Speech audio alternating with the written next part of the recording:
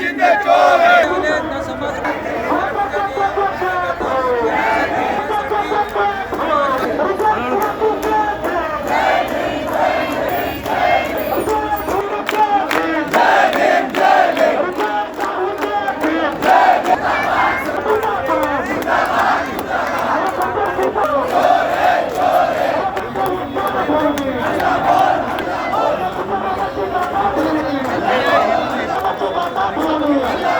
मोर्चा काढलाय मोठ्या प्रमाणात, काय मागण्या आहेत आपल्या आणि आता पालिकेकडून काय आश्वासन आपल्याला देण्यात आलं? हो, मागच्या महिन्यात 30 महिला बुद्धभूमी हा जो तमाम बौद्धांचा अस्मितेचा ठिकाण आहे, श्रद्धेचे ठिकाण आहेत, आश्रयस्थान आहेत, त्या ठिकाणी मोठ्या प्रमाणात बेकायदेशीर कृत्य शासन प्रशासन आणि लोकप्रतिनिधी श्रीकांतजी शिंदे त्यांच्या इशाऱ्यावरून त्यांचा संगनमताने झालेला आहे।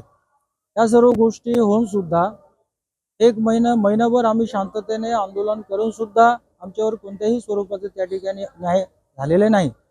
त्या उलट जो राज्यातले सर्वोच्च सभागृह विधिमंडळातल्या सभागृहामध्ये जबाबदार पदावर समाजाच्या कल्याणासाठी समाज कल्याण मंत्री संजयजी शिरसाट ते तर त्या ठिकाणी सांगतात बुद्धभूमीमध्ये कोणत्याही JCB गेलं नाही, कोणत्याही त्या ठिकाणी नासधूस करण्यात आलं नाही, कोणत्याही विटंबना त्या ठिकाणी झालं नाही, हे सर्व अफवा आहे।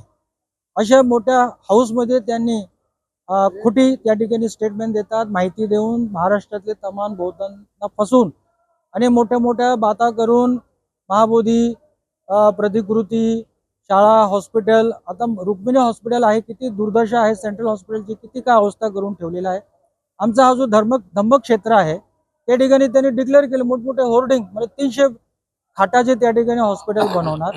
आमचंच बुद्धभूमी तुम्हाला दिसली काय? तुमचे पण हजारो एकर जमिनी असतील, तिथे तुम्ही हॉस्पिटल बनवा, तिथे तुमचे व्यापारी संकुल उभे करा, शाळा बनवा। शाळा सर्व काढून घेतलेला आहे। कल्याणमध्ये फक्त ब्रिज फ्लायओव्हर रस्ते, शाळा नाही, कॉलेज नाही, हॉस्पिटल नाही। आणि आमची बुद्धभूमी आम्ही जो 100 वर्षापासून 32 एकर जमीन सांभाळून ठेवून आम्ही लोकांचं एक एक दानातून नैसर्गिकरित्या आम्ही त्या ठिकाणी डेव्हलप केलेले आहेत। त्याला आता प्राधिकरण अशा एखाद्या या धोक्याने प्राधिकरणाच्या नावाने सरकार ताब्यात घेऊ पाहत आहेत परत बेकायदेशीररित्याने। त्याचा आमच्या जनतेने आज खंडन केलेलं आहे, निषेध केलेला आहे।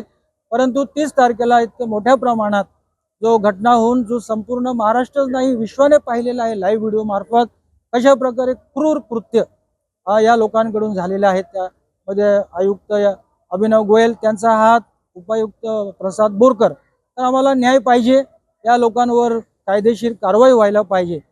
काल एकाने भाषणामध्ये बोललेत, म्हणजे ज्यांच्या घरामध्ये दरोडे टाकलेत, दरोडेखोरांवर कोणतेही गुन्हा दाखल करण्यात आला नाही, परंतु जे बाधित झाले, ज्यांच्यावर अन्याय झालं, म्हणजे आम्ही भिक्खू संघ आमच्याच 2 भंतेजींवर 5 उपासकांवर उलट FIR केलेला आहे। अशा प्रकारे मोठ्या प्रमाणात दडपशाही हुकुमशाही चालू आहेत।